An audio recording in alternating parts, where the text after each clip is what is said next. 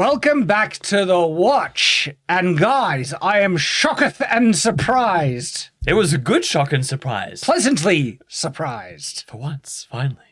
I mean, we didn't watch this one. This one I found out the other day. I want to watch this because of how... Wait, you haven't seen it? I haven't seen it. No. Oh, wow. Oh, wow. I didn't know you haven't seen it. No, I haven't seen it. Do you think I would have watched this growing up? No, I was too busy watching Star Wars on repeat. Yeah, me too, but I still watched it. Yeah, well, now I want to... Now I'm more inclined to watch it because this new one is really good. The most enjoyable thing about that one is Jeremy Irons. Okay. He just goes ham. Yeah. That's great. But this one, well, is the thing.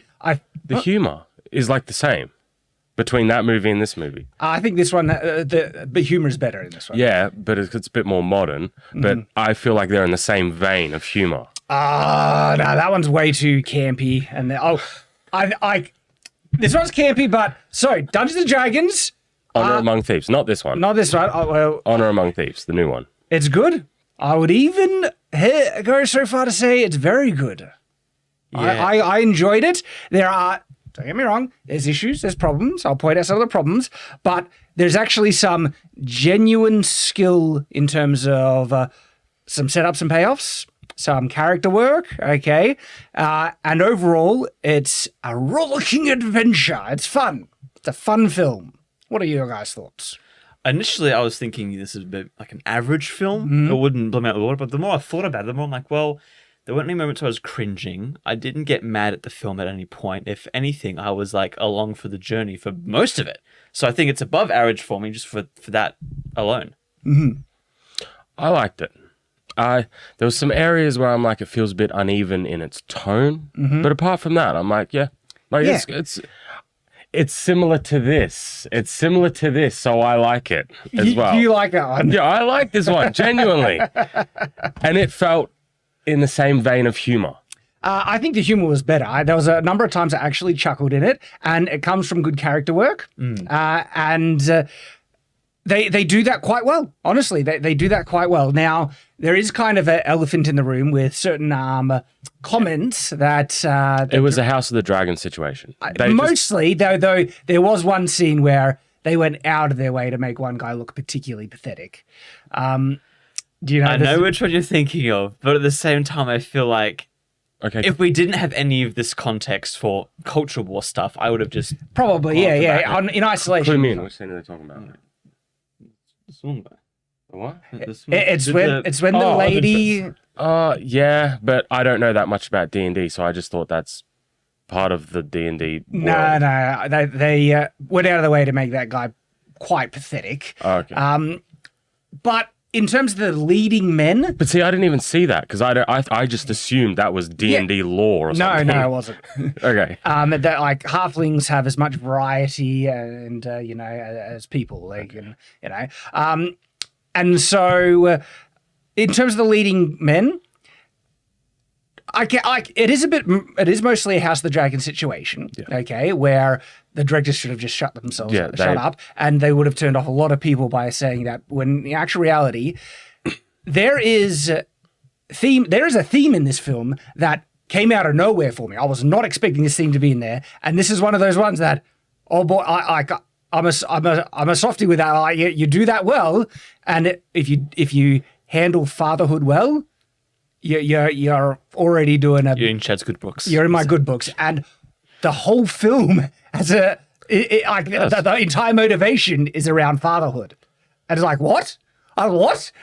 Like that is not a woke kind of theme that they were doing there. I'm not a fan of the flashbacks for exposition dump. Because like we're going around different times. I thought they handled that really well, because they can be so bad. Yeah, it wasn't bad. It's just I don't usually like that mode of storytelling. Okay. So this is the interesting thing, right?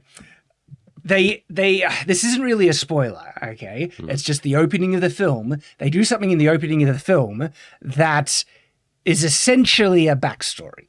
Yeah. Okay? Yeah. And they even call it that. But the thing is, though, when you role play, one of the first things you do... That's the thing I loved about watching this. It felt like the people who made this have actually played a game of D&D, which I think was the most important thing to me. Like we started with backstory of the character, and that, look, they can be dry. They can be real dry, but they handled it in a good way. And they actually integrated it into the situation and world and story in a very watchable way. It wasn't just like opening up narration about here is my history. They actually have a reason in the scene for him to give this exposition. I did like the payoff of that scene. And it worked well. It did. That bit did, yes. This film actually does surprisingly well with setups and payoffs. In actual fact, like major plot points are resolved in this way, and they set it up, and it's there, and they use it, and they pay it off. And it kind of comes into the thing I was going to talk about, the leading men and stuff. This is a pet peeve of mine, all right? Okay, so I was annoyed that Chris Pratt never picked up a sword. Yes. That to me, that was just like frustrating. Yeah, using the loot. Yeah, there were times when he actually needed a weapon, and he uses a loot for. It's like, dude, just get a freaking sword. To me, that felt intentional, and so that could be another one of those we're going out of our way to, emasculate the leading men, but at the same time. But he is instrumental in the most successful elements of the film and the wins that they achieve, especially at the end. And it's interesting, like literally what he brings to the team, and this is in trailers as well. He plans, and they actually utilize that ability brilliantly. Honestly, it was really well done in his plans. It just felt dumb that he didn't use a sword. Yeah, it didn't feel like they were trying to push a message in that particular case. It just felt stupid. Dumb. And why are you doing that? The first person you hit with that loot is going to break unless it's enchanted, which, Apparently it is. There is some, Dungeons and Dragons in terms of, especially Faerun. So this is, the film is based in the Forgotten Realms campaign setting. I actually found that delightful, but this is just my own, bias here because I'm familiar with it. And so it was all nostalgia for me. But they drop, names that I'm familiar with. But some people might be actually, because, if you've played Baldur's Gate, like video games, Baldur's Gate, Neverwinter Nights, Icewind Dale, you'll be familiar with a lot of these names that they drop. And they mention Baldur's Gate. And the film is set, essentially, or a lot of it, in Neverwinter. Okay? And there's multiple games based in Neverwinter. I played Neverwinter constantly. And then I played role-playing games within the world, like D&D, in the Forgotten Realms campaign setting. And I'm glad they picked that, but at the same time, that is a difficult world to adapt because it is so crazy. Like the magic and monsters are just on an insane level in this world. They're everywhere. And they actually translate that quite well in the film, that they are everywhere. The problem with it is making it feel, I guess, to invest you in the world, you need to feel like the world has stakes and is real. And when you have just magic that can do anything. Well, I love that they are very specific about the magic thing. How most people don't understand how magic can't do everything. They're like, okay, we'll just use magic for it. And he's like, magic isn't magic. You can't just do it for everything. It doesn't work like that. So I found that funny because that's something like I would do. If you had magic, I'd be like, just use magic. Just use magic for that. You need to get that. Just use magic for it. But then there is a time when they're like, well, we could use magic. He just said he can't. Well, no, actually, I can. I can. And so, what the problem with storytelling in this is because unless you're familiar with D&D, you're not going to know what the limitations and breadth of it is. And so, ultimately, there are elements in the film, especially those who won't be familiar with it, where it feels like they do just pull out magical thing out of my rear end to solve plot point. There's one point when, for the most part, I think if you understand the magic, how it works in D&D, you that's fine. But even with people who are familiar with it, there's one point, well, more than one, where it's like, no, even D&D doesn't explain the arbitrary pulling out of the rear end nature of certain items or spells. But that felt realistic because I would genuinely have that conversation with someone. If someone said, well, you only get 5, I'd be like, why 5 though? Just because. I mean, it's magic. Can't it do more? It's like, well, it's arbitrary. that was, I liked that, but there's another moment. It involves, there's a staff. That was just... Also arbitrary. Yes. It would have made more sense if they said, as far as I can see. Then I would have been like, okay, if you can't see it. No, it is only sight. But no, the fact that it's very convenient how they happen to have it when they need it. Yes, yes. It's just like, come on, guys, you know. But there were other magical items in the story where they go through a lot of trouble to get. And I'm glad about that.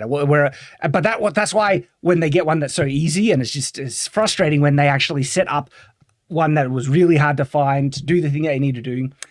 In terms of other story elements that were done really well, the plot actually kind of, plays out organically where plans don't go to, according to plan. They have to adapt on the fly.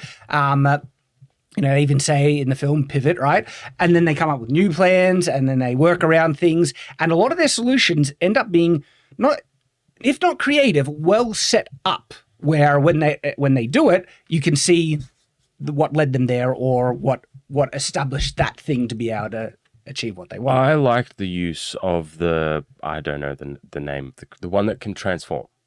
I like that they very much used that, because there are lots of situations where you would use that ability. And in other movies, or in other movies I've seen, they just forget that you have these powers. Yeah. In this one, it was very clear, well, I can do this, so I'm going to try and do this. This is actually a surprising strength of the film. Magic can be tricky to deal with, but when it's done well, it can be really satisfying. And one of the things that people really fail with is potential. If you establish something that it can do X, okay, what about all the other uses of that thing? And they forget about, such obvious things. And I have annoyances with Marvel films because they establish either technology or powers that can do one thing, and then no one ever uses it again when it's really useful. I mean, classic example is Doctor Strange Multiverse of Madness. They're running to try and get to an object that they really need. They're getting chased by a monster, and Doctor Strange doesn't use his portals, and he could just portal there instantly, and God, man, it's frustrating as hell.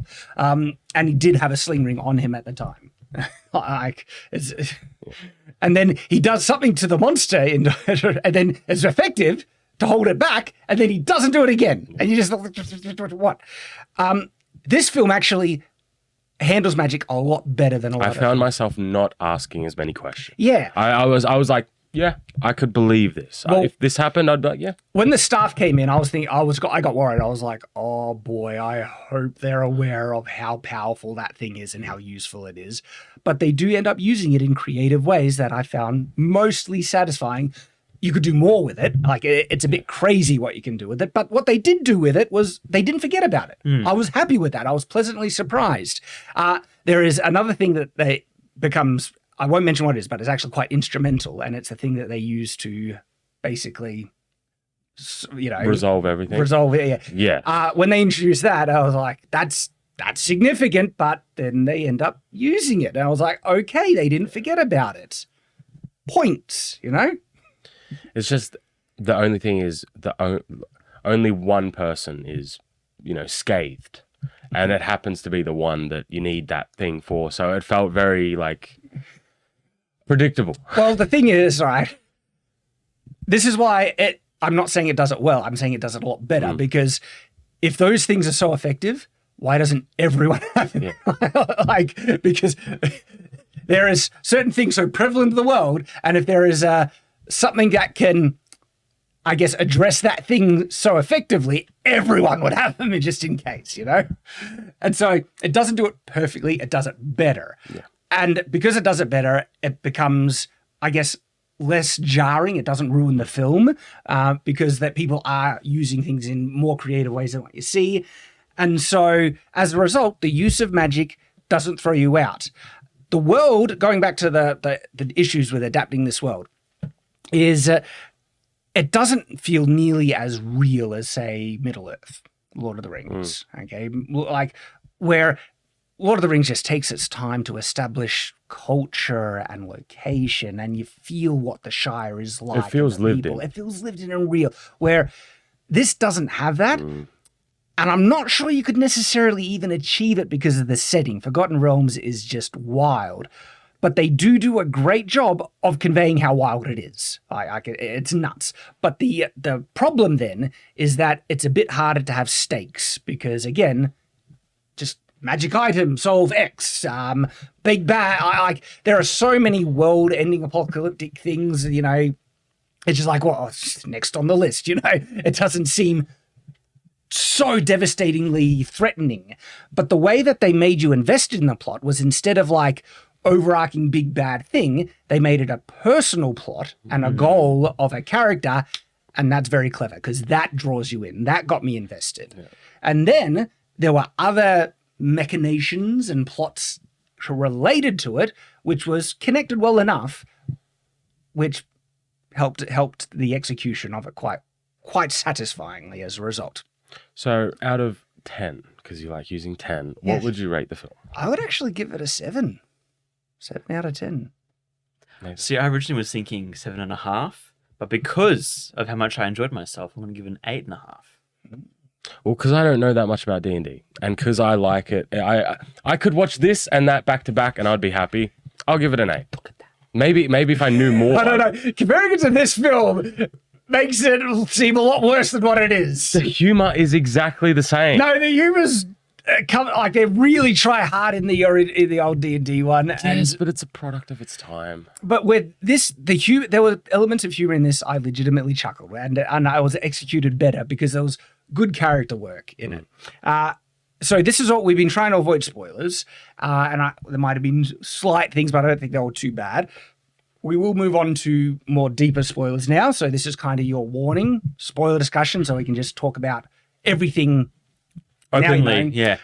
But honestly, I would recommend the film. It's enjoyable. It's a rare thing because it's mostly doesn't have politics in it, in terms of the creators were trying to say that, it has certain elements in it.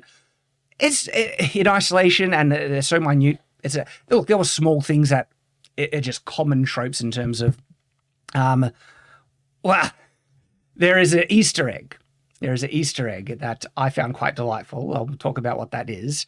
Common Hollywood things, there was a character whose appearance was changed to be a bit more progressive in that. And the only reason they did that was because of, woke reasoning. And small things like that are in the film, but nothing so overtly as, say, I don't know, the Batman, when Catwoman suddenly drops her. Nothing like that. And the fact that they have a positive message about fatherhood in it. And the leading guy, even though they don't give him a sword, he is essential. He is the leader, and you can see why. And they don't rob him of that. Okay. And he still fights, relatively speaking. He runs away more often than he does. That he hits things. But they all kind of run away from stuff. They do, granted. Look, Michelle Rodriguez is the biggest badass in the film, but setting is very important to add context to these types of things. Where at D&D, fantasy, female barbarians, this is not an uncommon thing, okay? This isn't Hollywood just trying to say girl boss and everything like that. And look, there's times when she does struggle. There's something happens with her that I do have a criticism towards the end, because to me it almost happened off screen and I didn't even notice it. And so I don't think that setup was done well. Some of the plot points were tropey and predictable. You kind of saw. Yes, okay. They were predictable. Very predictable. Doesn't necessarily make it bad, but it doesn't make it phenomenal, blow your eye. It's enjoyable. I would actually recommend it. I would take my kids to see this because it's a fun, adventurous, enjoyable, lighthearted film with some actually positive messaging in it about family and fatherhood, which I actually give a lot more credit for. I would agree with that. Mm-hmm. It was pretty good. Chris Pine was, he was cowardly in moments, but it was within his character. And when he would run away, they were all running away type thing. And he would come back and fight when it was called for. So he was brave in the moments that he needed to. And one of the most kind of set up as incompetent, cowardly characters ends up holding his own and has a bit of an arc where he... Wizard, he does a good job. And so there's actually good arcs for some of the even side characters. There's one character I'm so on the fence on that I'm glad he stepped aside. But look, now we're going to spoilers. We can just mention who that is and everything. So spoilers all the way.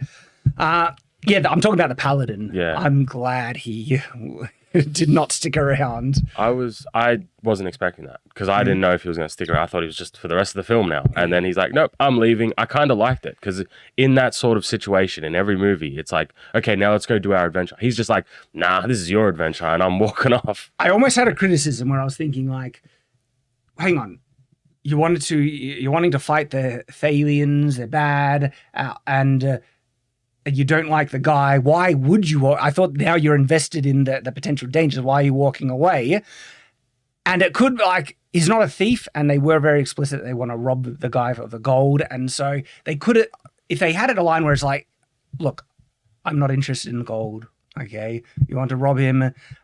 If you do need my help to defeat something truly evil, I'll be there, but you do you, basically. They could. There's a couple of moments when just a bit more kind of explanation would take away some of the potential plot holes. Well, the way I see it is they weren't originally planning to fight the sorceress. They were going to leave, and it was only till they saw what was happening they turned around and went aware. back.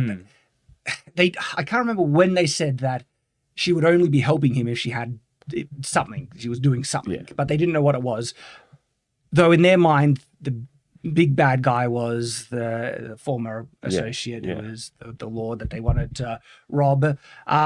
Their reasoning was a little weak where they said as soon as we take away his money, he would have no support and he would lose leadership. I thought that was like, that's not how that works.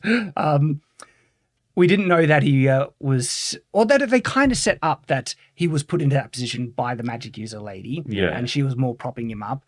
And so some of these potential plot holes are kind of potential depending which way you look at it, which saves the film from massive criticism. I mean, like a big potential, and again, it's potential because it can be explained, but it's a bit headcanon and it should have been explained in the film, is the evil witch's big spell to turn everyone into zombie people, right? Mm. They have a flashback where they show that spell by the other guy, and it seems like there was no escape from it except running away, but the gas kept flowing. When she cast it, it was contained within the arena.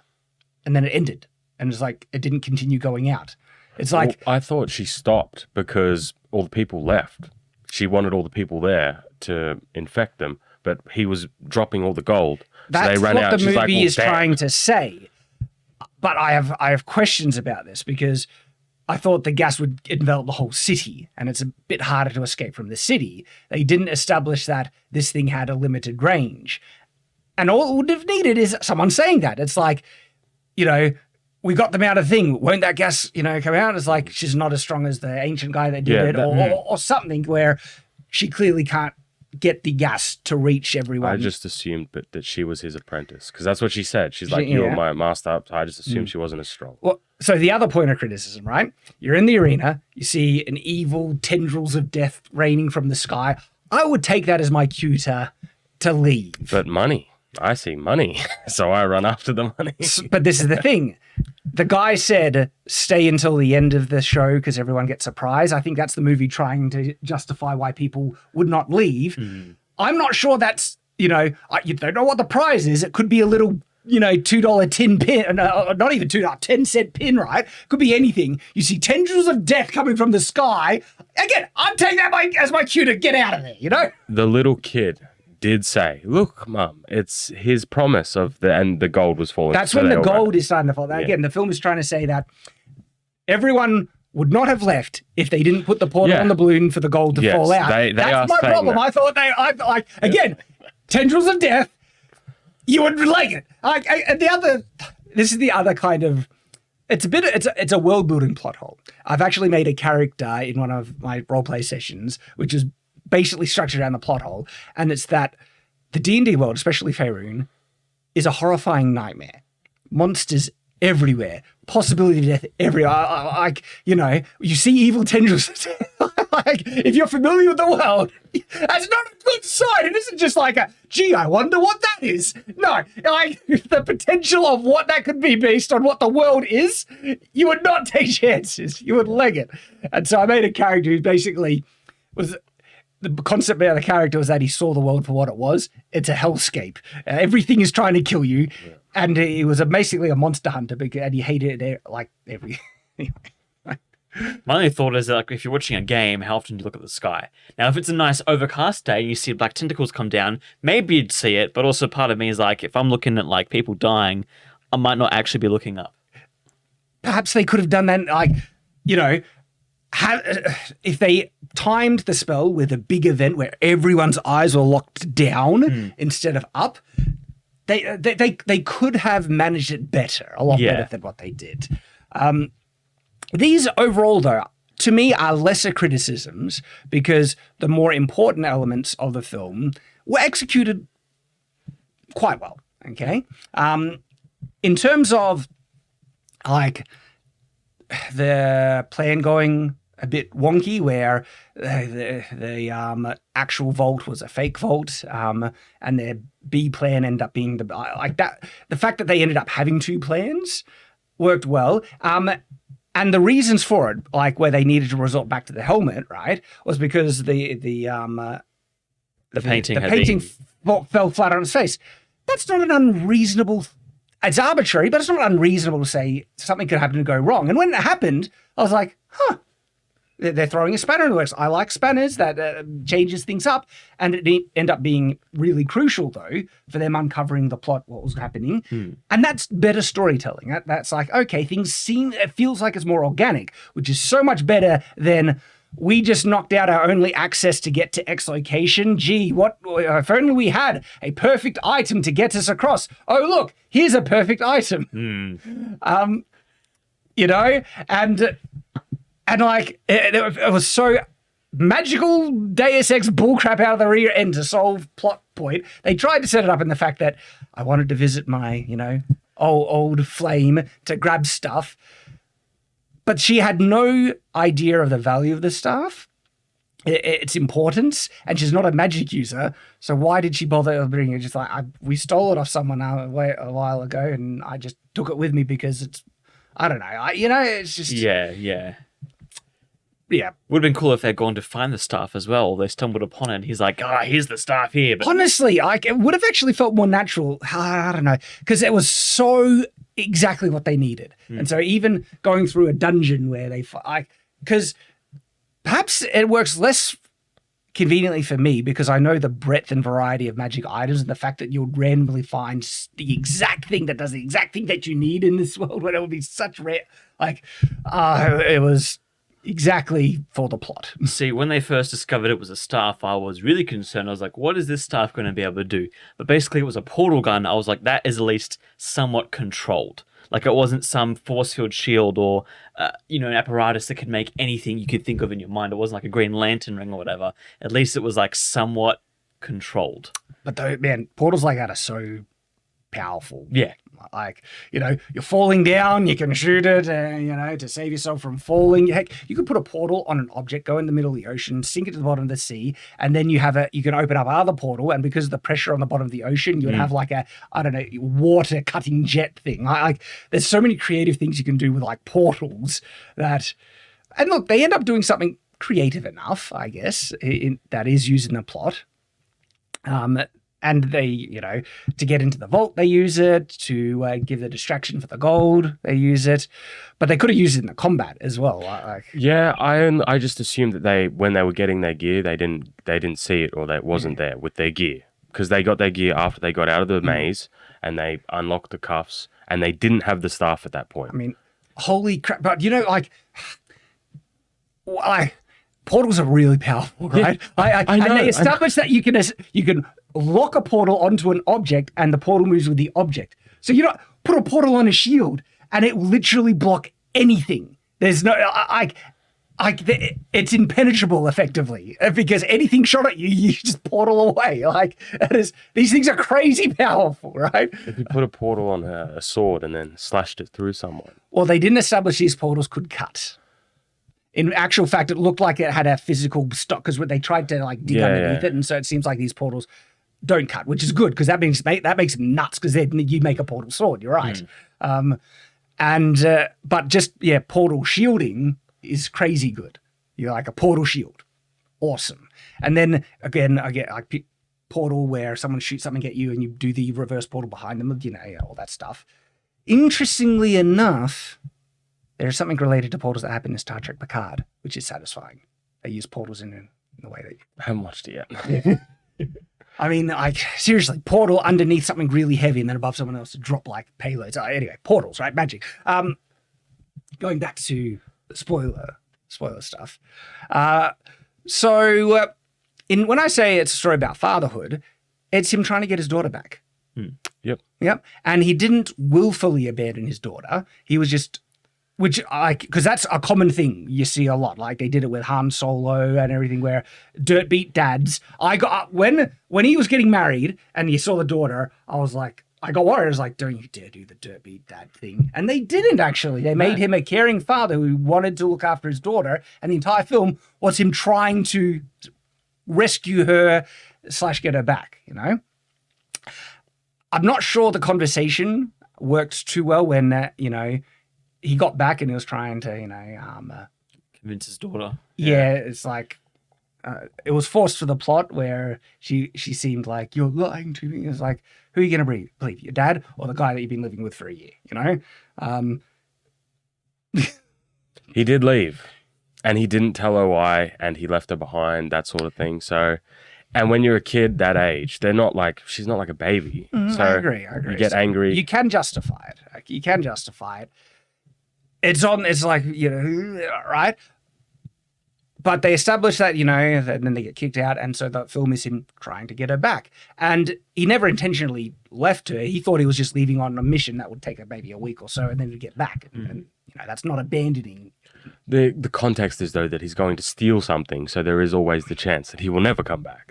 Let's be clear. There's that, but he was stealing things a lot already. And she helped him out in the theft. And then a wizard comes and hires you and says, hey, let's go steal this magical item from this giant vault. And you go, yeah, this is a good deal. Like, I mean, he shouldn't have taken the deal.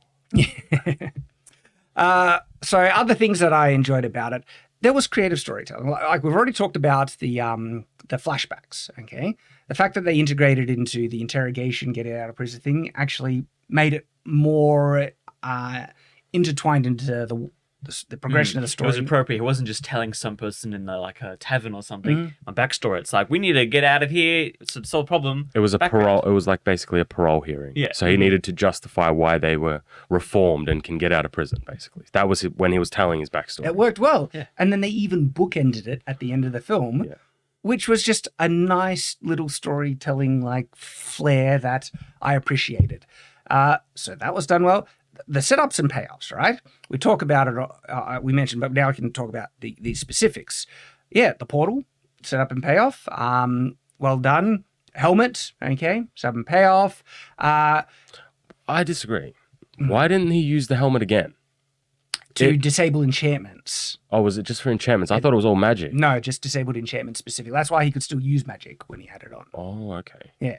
And so the floating things in the city fell down. So they were enchanted. They were enchantments. okay. Right. This could be the D&D thing, but that's perfectly. Yep. Okay. I understand. I get it. It's crazy powerful, by the way. It is nuts. Because that would also disable the magical inhibitor thingies as well. But the magical inhibitors, that's like you just put on a thing, stop magic. Okay, they have it, but then they literally use that to stop the crazy sorcerer lady. Convenient, yet does make sense for the world. It makes sense that they would have put it on them prisoners, you would put them on them. Yeah. I'm not sure you would put it on them throwing into the arena, but they wanted to die in the arena, so, something that, seemingly made sense, because when Hugh Grant, by the way, does a great job. I think he a lot of character, a lot of personality. I just like the villains in this movie. Yeah. They aren't cringy or over the top. I feel like, especially in Marvel more recently, all the villains are just so either they're idiot stupid or they're just so dull and boring. Where these guys, the bad guys were villainous, but they're actually really scary. I feel like some kids would be freaked out when you got those black eyed Yeah. But then the other villain, Hugh Grant, it was like you said, he was enjoyable. He had this narcissistic of I'm sorry to die, but I don't want to see it, so I'm going to leave the room now. It was enjoyable. He has fun with the role, and I think he does it really well. There's a moment where Hugh Grant has all the heroes dead to rights, and he wants to kill him. And it's the evil sorceress lady that says, no, we won't kill him. And when I was like, you better justify, because that is dumb, right? It turns out they kind of do, which satisfies me enough. And the answer, you find out, they don't say it explicitly, but it's shown fairly explicitly. She wants as many people to turn into her undead army. And by throwing them in the arena, they're just part of, that's exactly her target. That's going to turn everyone into her slaves. And so basically, from her perspective, I see that as waste not, want not, you know? I'm surprised she didn't double cross him and just let him go on the boat. Like, she hated him, yeah. Yeah, why wouldn't you? You're the sorcerer. You don't like him. They do establish that they needed him to get what she wanted. Yeah, but now they don't, so... True, but she answers to a higher power, and they said, you need him. You know, because she's complaining to her. Yeah, but what about when he's leaving? When he's leaving, you served your purpose, and they're supposed to be evil, turning everybody into zombies. Part of her plan that is is that she went to a lot of trouble, to get this guy leading an entire city and everything like that, to convince him to do these games, to just get a large gathering of a group of people. That's all she needed. This massive convoluted plan was to get a large gathering of people. Surely you could find that somewhere without needing to go to the trouble to do that. But ultimately, that was her master plan. It's like, okay, they could have done a better way to justify all of that. Because, that was a bit like, really? It was a bit dumb. Okay, so there was that moment where she could have killed him, but then she wants all the people, again, the gathering of people, so lets them go, basically. Hugh Grant's motivations is makes sense complete. Again, this is like another potential plot hole, but it is answered in the film, which, again, I give credit to it. And it's that I was first wondering, he said, like, when I saw it getting loaded onto the boat, I was like, hang on, he's robbing all these people. Being a lord of a city would give you riches well beyond that, and then continually from taxes and power. Why the hell would you just run away and steal from other people? Well, it turns out there's an apocalyptic death event happening in the city that he does know about, that he doesn't want to get caught in the midst of. And he was only had that position of power from the witch basically doing all the things for him. And so without her help, he would lose that position anyway. And so it was an opportunity to just get all the money, leg it out of there. It's entered in the film. Okay, good. You know, things. And so that's what I mean. Setup and payoffs. There's some things that are handled well, satisfyingly enough. There's issues, there are problems, okay? But still, when you combine that with likable characters, likable enough. The paladin is the... I liked him, but I'm glad he didn't stay for the whole film. Is the type of character there that probably has the potential to wear out his welcome. It's tricky. Because characters like that can sometimes become beloved characters, or they become hated, right? And it's about execution, how they're handled. And it was on the line. And for me, for all that time, because I didn't make him like him, I didn't necessarily hate him, but because they weren't pushing it to the likable way, yes, I'm glad that he moved aside, because it just wasn't working for me. Like the stupid, dumb shooting sword. I knew you'd hate that. As soon as I saw that, I was like, oh, that was cool. I could tell you're not going to... Magic. Solves all your problems. So dumb. And of course, he was like this epic badass and everything. And he's like, it made the other characters look incompetent. But they are. Like, that's the whole point of the story. They kind of are. It comes up to another plot hole that I'm just like, you know, this world is full of crazy powerful adventurers. And so you have this very populated city that you already see there are competent adventurers in, like especially in the arena. Easter egg, I'll get to that.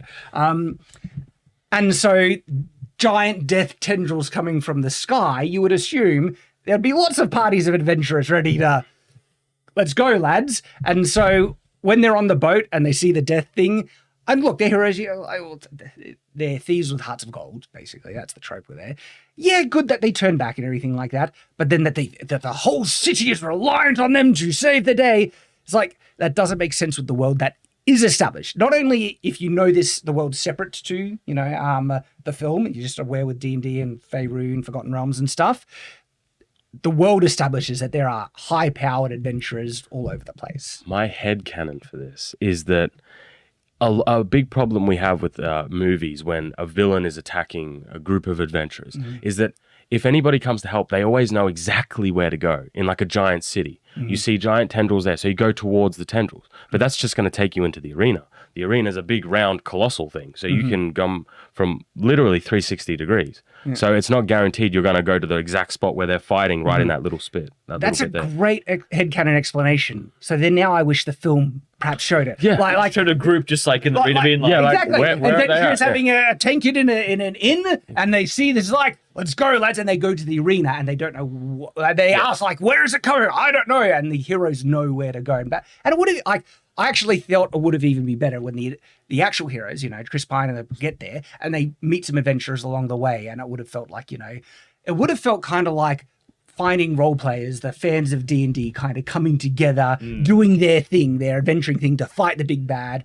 But ultimately, what worked well in the film, and they could have intertwined that if they did something like this, is that she's too powerful. She's uber powerful, and they don't beat her through brute force. They beat her through being clever.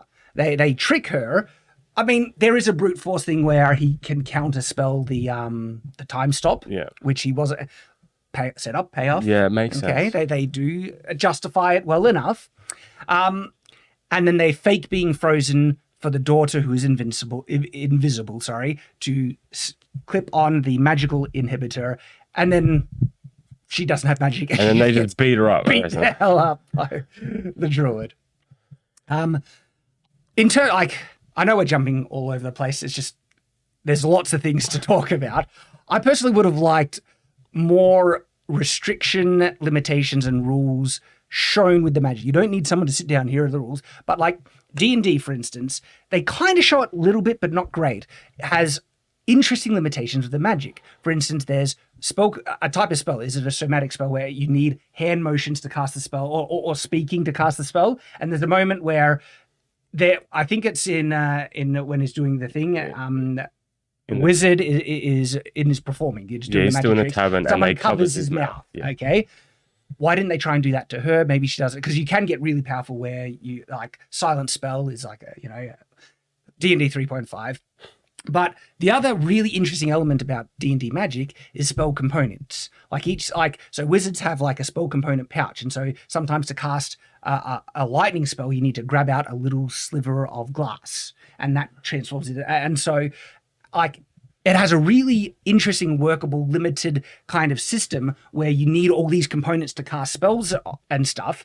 And then you need hand motions, and that creates a really like usable, workable kind of conflict in storytelling to combat magic, because it has these interesting limitations where they didn't really have that. It was just magic because I can do magic, and the villain.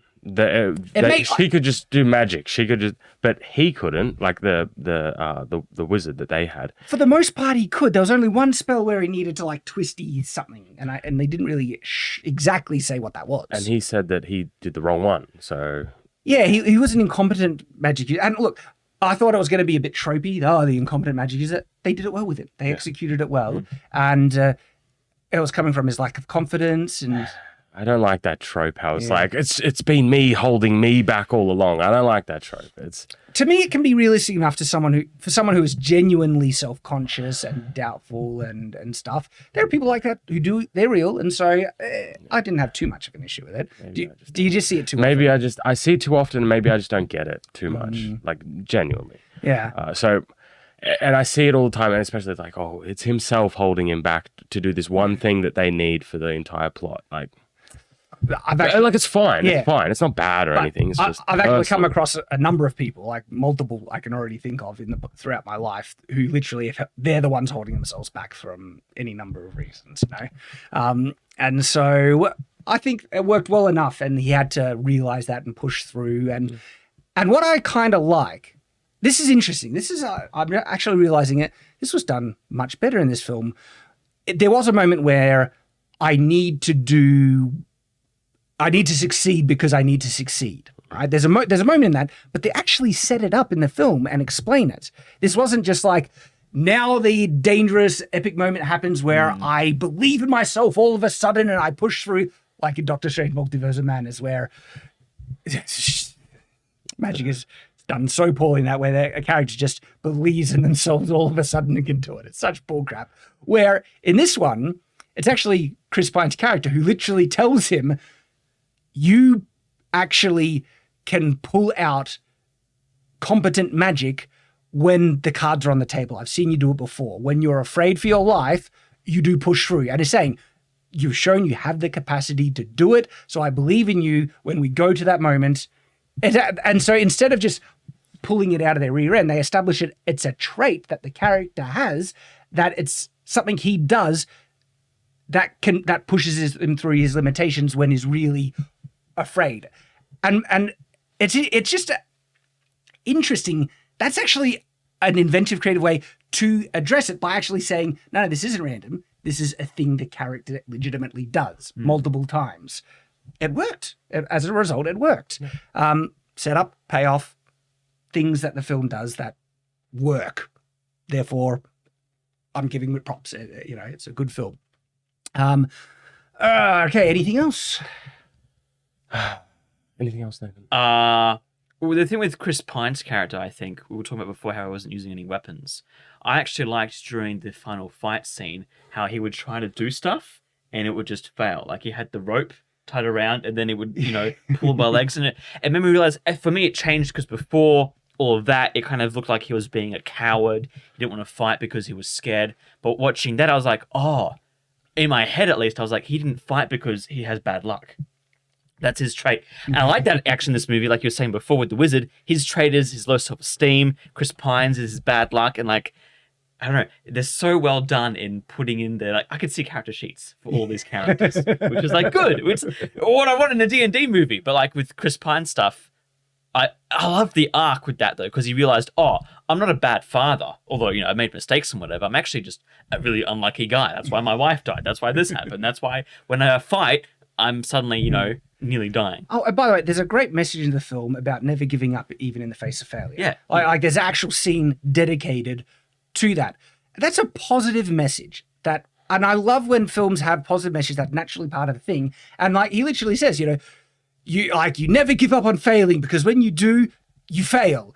But I love that when he first starts it, he also fails giving that speech. And then by doing it again and then succeeding, he proves his point of if you give up with failure, then you fail. That's the true failure because you've given up. If you never stop trying to succeed, well, you haven't, the journey is not ended. You're still in the process of winning, And so great message. Loved it. And it came out naturally because that's when the magic user guy was failing at bonding the helmet and it was rejecting him. Yeah. And so I love it. I love that was there. All right. So Michelle Rodriguez's character doesn't do much in the film. She's just there to be really strong. She has some good fun lines. I do admit there's some funny lines. And there's actually some creative people the deer thing where it's can you turn into a deer? We're not going to use a deer. We don't need a deer. And then she ends up I told you. So she was a deer, yeah. She was a deer. There's those, I think it's good. That's better creative humor that actually has set up the payoffs and stuff. I kind of like that there wasn't a romantic thing because there's so much, it's so tropey. It was a bit weird. They didn't really set up well that why she wanted to help this single father and daughter out. They probably could have had a scene that bonded her to the daughter or actually see her or something in her because she just decides. Yes, throughout the story, you get that they are bonded and they've become a family. Yeah. But the beginning, what actually pushes her to help. To devote her that's life. Just random. That's because random. She saw, they could have explained it that, because we find out she was kind of rejected where her tribe rejected her because she was in love with someone that they didn't like. And so she could have, there's actual meat that you could work with that she basically in that moment of her life was heartbroken for the family she should never have. And then she sees a child in need, maternal instincts kick in, she decides to help him out. And she becomes this daughter's essential mother, but she doesn't have a relationship. She likes the guy, not interested in him, but she becomes the mother of the daughter, and there's an important relationship there. And so they could have justified that so much better because there was actual plot to work with to get to do that.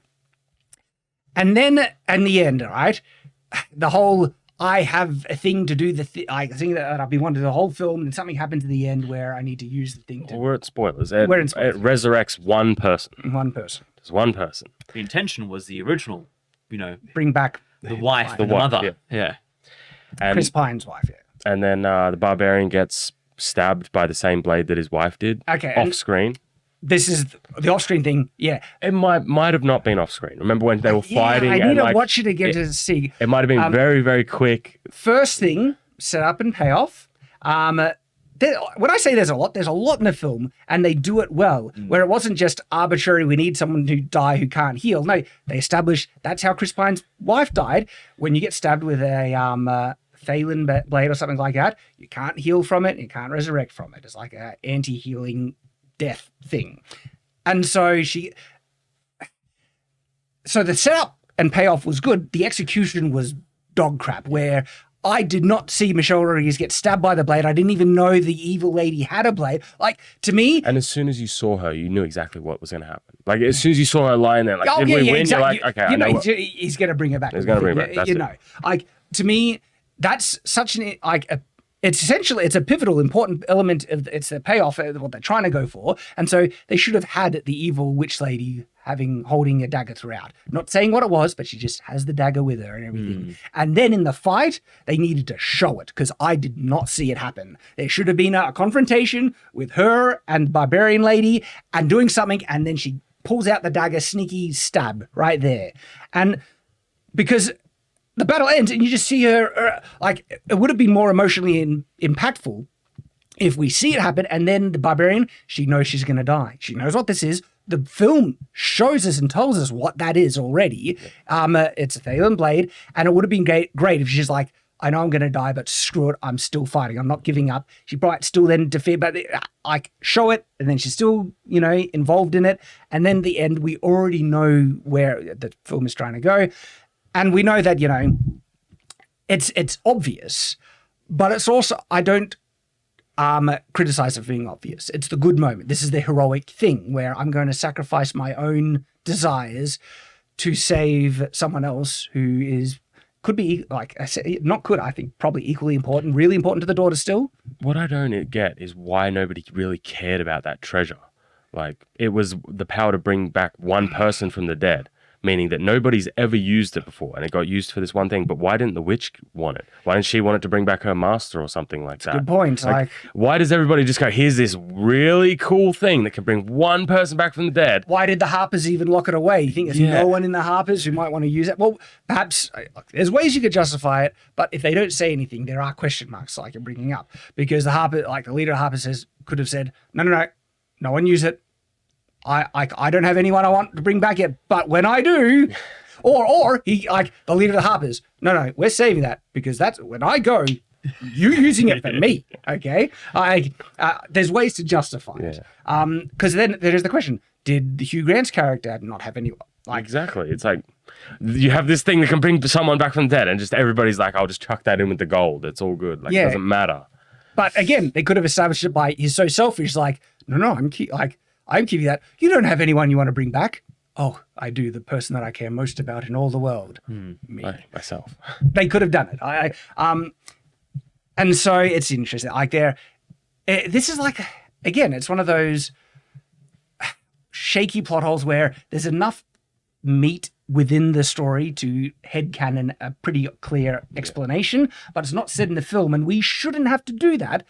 But we're also not jumping through extreme hoops to find the justification. Because, like I said with Shazam, sometimes just magic creates too many different tangents, so you just can't answer them all. If it's a single sentence line... Shad begs to differ. I beg to differ. He was stun locked there for a moment. No, because they do that in the film. There's actual things, like for instance, why only 5, 5 questions. I chuckled at the whole questioning scene. That was funny. I think it was good humor. Like... when they were digging up, I was actually thinking, oh, they're going to do the whole waste the question things in a dumb way. And they did do it. But the thing is, though, it wasn't dumb, actually, because instead of just like being stupid and asking someone a question that you don't think is a question, he asks the people behind him a question that he feels is not being directed to the dead guy, and the dead guy takes it. And so that actually worked well. They pulled it off. I was expecting it was going to make them look dumb, but they actually pulled off the whole using up their questions too soon and falling down. I did like that they had to go and ask multiple people. Yeah, because they're in a battle and people are dying everywhere. It's like, all I remember is I gave me this and then that's it. Just black. Like, I was in the bath getting ready for the battle. And I slipped. I laughed at that. I was like, that's so... There'd be that one person who died in a dumb way and like they left the last guy with like 1 or 2 questions and he's still sitting there. He's still waiting for his final question. And it's just funny knowing that poor corpse there. It's just like, I want to go back to wherever I was in the afterlife. And so it's another one of those moments where, holy crap, that's a powerful artifact thing that the guy just happens to have. Again, it's a world with so many magical things. I can give it some lenience that they happen to have a magical thing. And the fact that it was actually used humorously where magic can't do everything, okay? There's not an answer to everything. And then, we need to ask dead people a question. Just use magic. He just said he can't do that. Well, actually, I can do that one. Okay, that one worked. I can give it that because it was humor. But then again, the portal with that one was too far for me. It's just like, exactly what you need. I still don't get the distance thing because he says it's half a mile. A quarter of a mile. A quarter of a mile. You can see further than that. Why is it a quarter of a mile? That's very arbitrary. Just the limitation of the power of the thing. A more powerful staff could do more or less. To me, that's actually not too, because in D&D, all spells have limits in terms of range, distance, and other thing, depending on the power. In fact, your own power, the stronger you get, the further sometimes fireballs you can cast or the radius of damage and things. And so, like, the fact that there's limitations, but they seem like, that's just whatever the limitation is. I actually like that. Spells should have limitations. But the limitation is you can only make it as far as you can, but you can put it on something and that thing can just go forever. I know. Well, yes. Like, there should be, like, if it gets too far away from the staff, it dissipates. And the other thing that annoyed me about the staff, it seems to be infinite in terms of use. They're like, So a lot, 5 times. Yeah, a lot of spells and staves in D&D, depending on their power, can have limits in the amounts of charges that they have inside and they need to recharge them or something like that. This is just infinite portal thing, which is, like I said, crazy powerful. Portals are nuts. No one uses them to the level they could. They do that in the film. They don't use it as well as they could, but they at least use it in creative ways, which I did like. I mean, the portal on the thing, and they put it on the bottom of the carriage to open up a hole to get into the carriage and stuff. See, I thought that was clever. That was good. I liked it on the bottom, and then they took it out, and then it wasn't just like they just did it. There were parts where there was a rock, and so the thing bounced on, and then the guard's like, "Oh, what's that?" But then they got distracted by the other girl and all this other sort of stuff. So it wasn't just like, boom, boom, we did it. You could still see them struggling. Yeah, I like that they struggled. I like that they failed appropriately in times as well. So it wasn't just like Mary Sue's winning all over the place. Again, there's a lot to praise. There's still things to criticize. You're seeing this as we're going through all the spoiler elements. So I mentioned that there is an Easter egg that I found delightful. It's another, like, you'll only enjoy it if you know the thing and everything. Yeah, so Tyranth, we're not in this one. Most people are familiar with this Dungeons and Dragons property, but there is a Dungeons and Dragons property before this that fewer people are aware of. It's the Dungeons and Dragons cartoon. And yes, I watched the D&D cartoon, and it's like an 80s cartoon. It's old school, and so people might not enjoy it as much. Like, nostalgia is the thing that.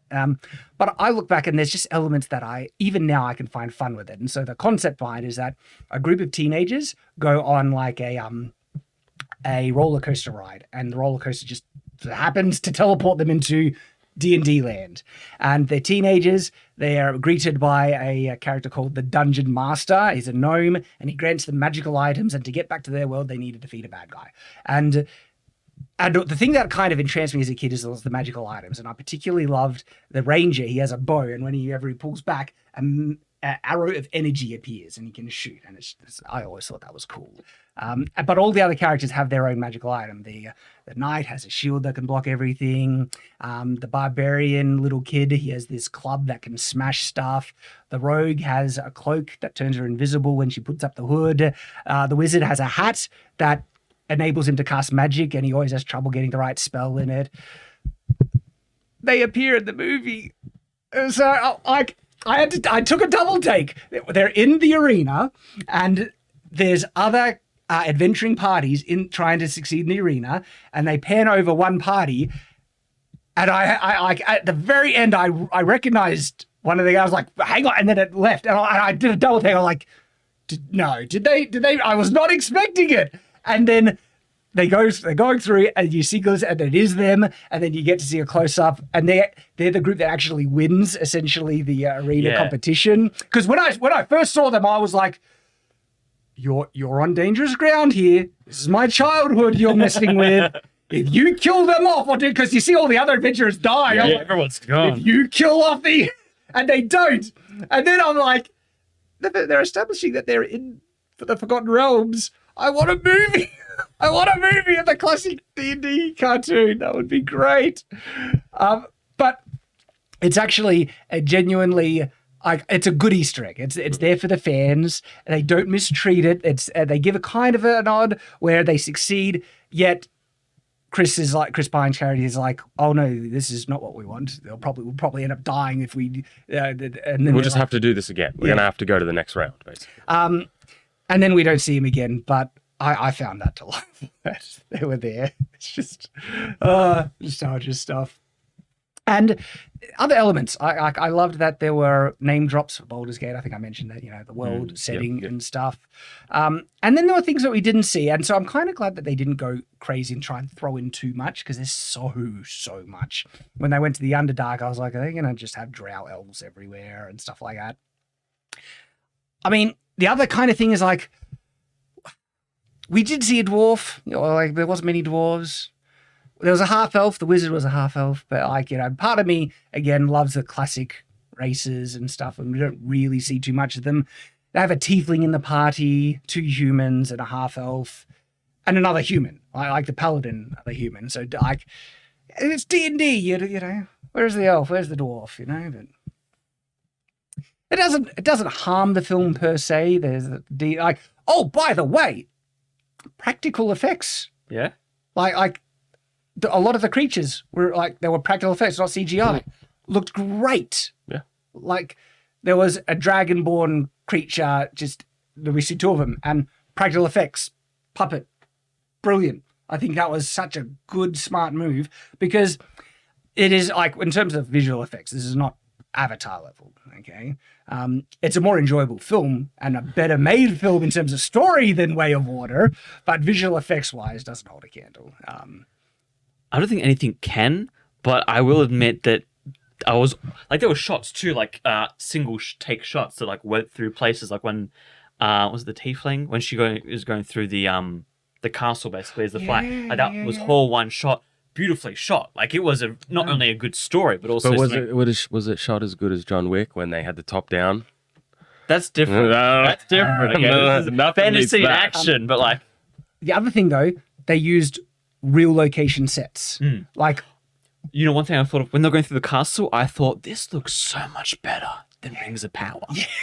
Because they're so much better. I know the castle. There's an outside shot, and they integrate it quite well, because the CGI versions of the castle of Neverwinter, and it doesn't look the same as the real castle they're using in the close-up shots when they're on the physical set, but they make the CGI one made out of the same stonework, the same architectural styles in terms of the battlements. So when you're close-up and they're actually on location, it marries perfectly. Yeah. And so there's a scene where they're sitting on a hallway and you see vaulted ceilings going down every direction. That's a real location. It's actually the same castle that they used for the first Harry Potter film to show Hogwarts. You'll probably recognize elements there.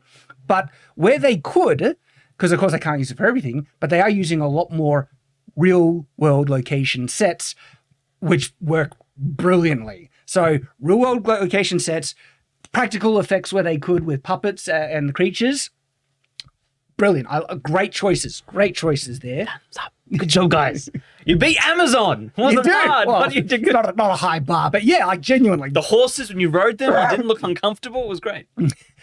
Yeah, they like even some of the armor wasn't terrible. Like it actually looked like real mail and metal, and some of the designs were good. Some of the designs were over the top fantasy bullcrap, but not terrible. Like her axe that she ends up getting.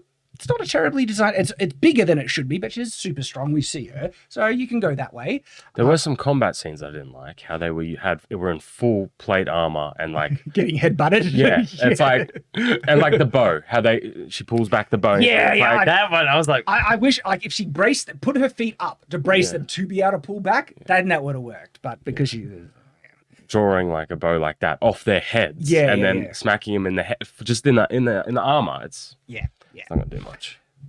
I did find the combat overall mostly enjoyable because it's fantasy combat. This isn't me going in with like a fine because there wasn't something that actually triggered me to look at really closely like a sword fight. There wasn't like a shooting sword, like a dual sword fight. Oh yeah, there was when he fought the other guy, but the shooting sword. they're just fire swords, they're just swinging around. Yeah, I guess I was just there for the ride. I wasn't trying to analyze the fight scenes too much, so they kind of passed for me. And the only thing that slaps me out was when I get shooting sword crap like that. And I didn't see anything drastically dumb in the choreography that slapped me out of the stuff. Even with the shooting sword, though, I think that was an Easter egg to the old movie with the shooting sword. I think it was a 1 second thing. Hang on. You used it once. I don't think it was this one. It was a different movie. What? What shooting sword? You did it. You're what's it talking called? about the sword and the sorceress. Yeah, that. So I hope not. That was a little trope. They were just like, dumb. because we don't see it. It's just one shot. So on Shadiversity, I review there's a 3-bladed sword in this old sword and sorcery movie, and that shoots the blades off. Yeah, I don't think they wouldn't reference that for that because it's D&D. You would want to reference is there a magical spell or item that does that? I don't know, but it was dumb. I'm curious. Is the fat dragon like canon in D&D? I did not recognize it. But like, do dragons get fat? No, I think they did that just for the lols. Right. Okay. I liked it because it was like a big fat ginger cat. It was a fat dragon, and he even starts to roll after. He rolls down. Funny. I like the fat dragon, and it's interesting that the film can get away with it without feeling like it's going too far because they comment on it. It's like he must have moved layers. What did he eat the last one? So the film gets away with some good humor that doesn't break it, and maybe it's the setting. I don't know because look, like I mentioned, the setting doesn't feel real, but they are able to translate it. It feels like a D&D world, and that's one of the largest compliments you could almost give it. To me, it felt more D&D than this. Okay. Okay. Yeah. I respect your opinion. I don't know anything about D&D, but I just know I like that one, and this one was good too. I like both of them.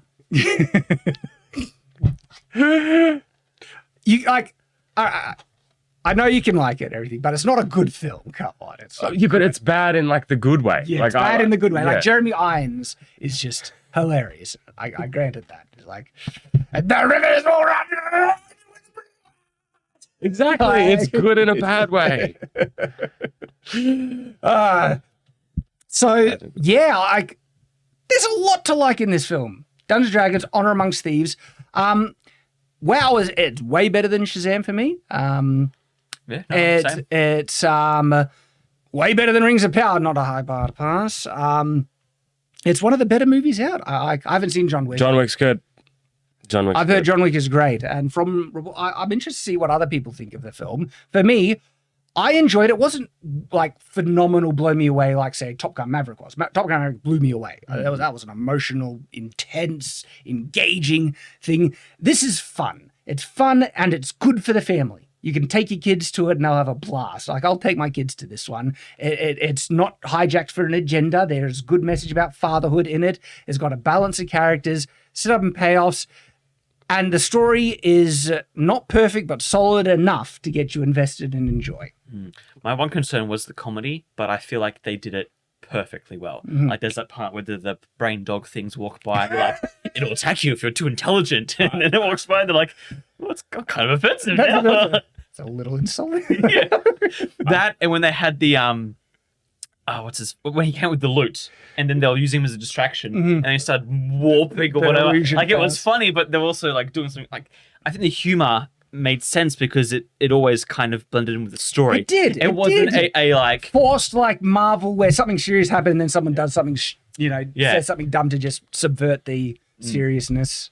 So I liked it. We're currently 3 for 3. The last 3 movies we've reviewed, we've liked them all. The more I think about Shazam, the worse. We all like Shazam. John Wick. Now, like I said, the more I think about it, the worse it gets. Stop thinking about it then. We all like it. No, there are films the more like a good film. A film needs to stand this test, right? Because there are films that the more you watch it, the better it gets. One, Megamind. I was lukewarm. I was lukewarm on Megamind, and the more I watch it, it's like, this is a great film. There is some good, high tier, subtle humor in Megamind that, And so, works. Yeah, it works. So there are films that absolutely get better at the time. Shazam is not one, like Fury of the Gods. The more you think about it, and I bet on repeated watching, the worse it gets. And I know for me, the more I think about it, the worse it gets. And we'll just have to wait until Flash comes out and see how you feel about Shazam then. But this one, D&D, I genuinely liked, and I'm probably going to see it a second time. I want to take my kids to it now, and that's a big compliment. It's a good family film. Yeah, I enjoyed it. Yeah. It was good. It was fun. Sorry. I was going to say, well, you got to keep a lookout because next week is Mario, right? Mario, yahoo! We've got that reviewed for that next week. I'm hopeful for Mario too. If John Wick, D&D, and Mario, can we give a 3 for 3? Are we like 3? We're already at 3 for 3. It'll be 4 for 4. We're already 3 for 3. It's 4 for 4. Everyone, not everyone, but our chat is like, you guys are just hating for the sake of hate. No, we want look at our videos recently. They've been positive. We want good films, and when it's good, of course we acknowledge it. By the way, D&D. I was coming into this very annoyed by the creators were saying that they emasculated leading men, that everything, and so people think we come in with a bias and it affects our judgment. We are complimented. I'm giving it a 7 out of 10. It doesn't affect our objective judgment on it, afterwards. I don't think we ever released the video. Me and Nathan did a trailer reaction when D&D first came out, and we really liked it. But you wanted it to be you went in on that day. That trailer basically gave us what we saw today. But the other trailers we later saw were different. It was weird. But do you remember how much I said, I'm actually looking forward to it? I think it'll be good. Then we did the video on what the idiot people were saying. And we're like, okay, now I'm not happy. No, this is probably going to be bad. They just need to shut their mouths. And that's them trying to hijack a film that is not political to be political. But I don't even understand what the point of it was. Because they came out and said it's not woke. It's like, if you come out and say it's woke, then maybe at least you'll get those people on your side. But they didn't even do that. They just said it's not. But we're doing it anyway. And there were elements of emasculation, like the little guy scene, right? But they said they went out of their way to emasculate the leading men. I didn't really see it. A little bit with Chris Pine with the fact that he doesn't use a proper weapon, but the paladin guy, he kicks ass, and sorcerer guy's pretty the sorcerer guy holds his own at the end and actually gets in there and becomes a strong guy, and he gets the girl, he's got a girl he gets the redhead, and far few between in Hollywood. Yes, there's a redhead in it. There's a redhead, right? And the heroic actions of the men are not subverted or taken away by the female characters. The female characters get their wins; they are heroic and win, but the male characters aren't subverted.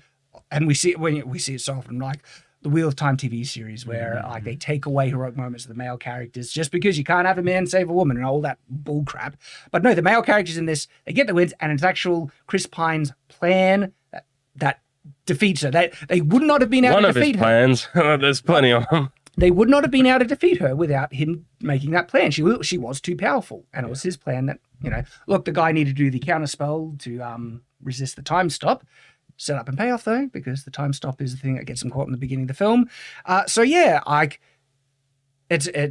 not hijacked by that messaging. It's actually good. It has good messaging about never giving up in the face of defeat. And what's also interesting, the other element to the father thing, right? It's not just Chris Pine wanting to be a father. It's Hugh Grant's character.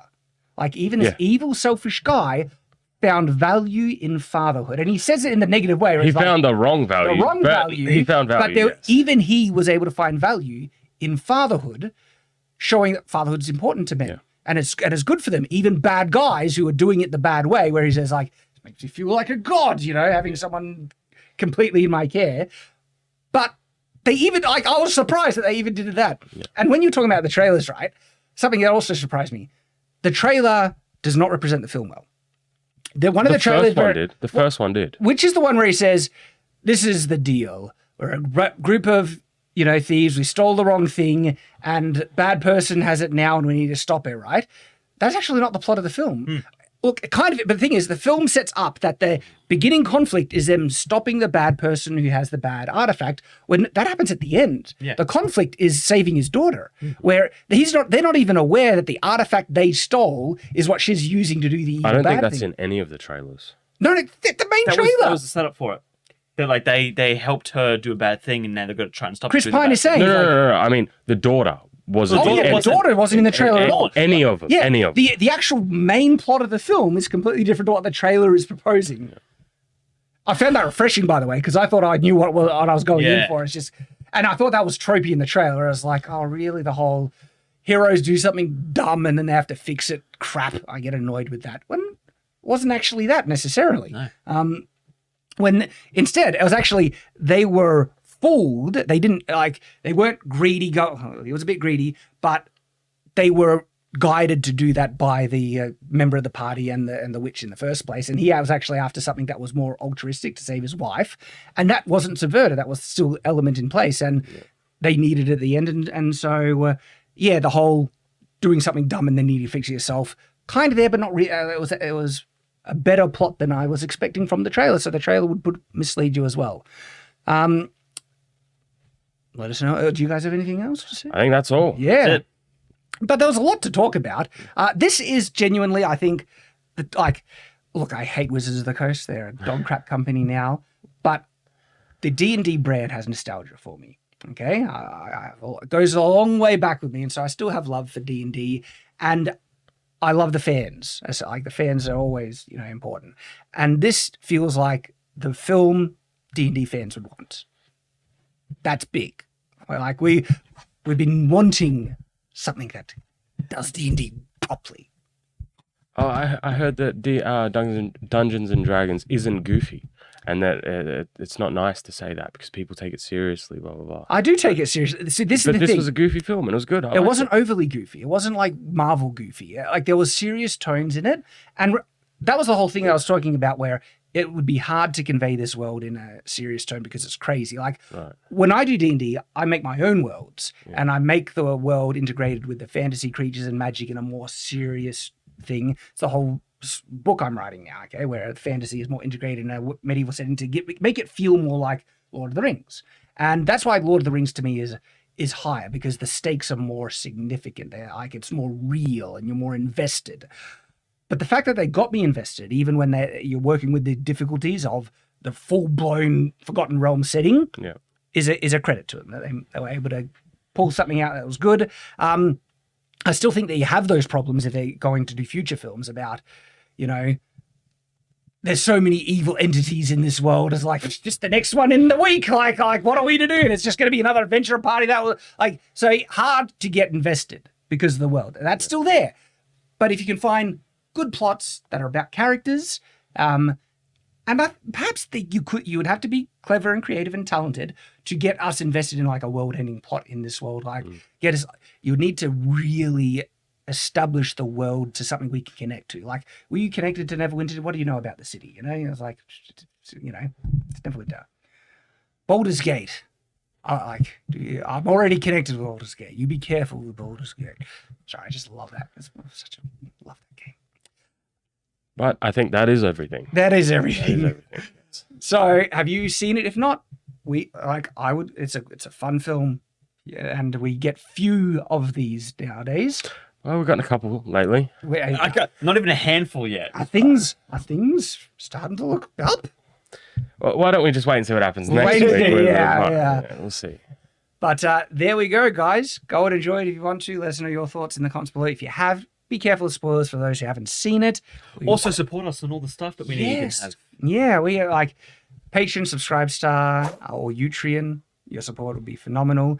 There's a second chance campaign for the graphic novel, The Shadow of the Conqueror. That's available as well. We'll put a link in the description. Graphic novel is going to be brilliant. Leatherbound is available. Second edition version of my novel as well, so you can get a leatherbound version of that. And we also have merch. We got t-shirts, Stay on Watch t-shirts. We do. Yeah. We need to mention these way more. So you can support us that way if you appreciate the content. Thank you guys. And as always, stay on watch.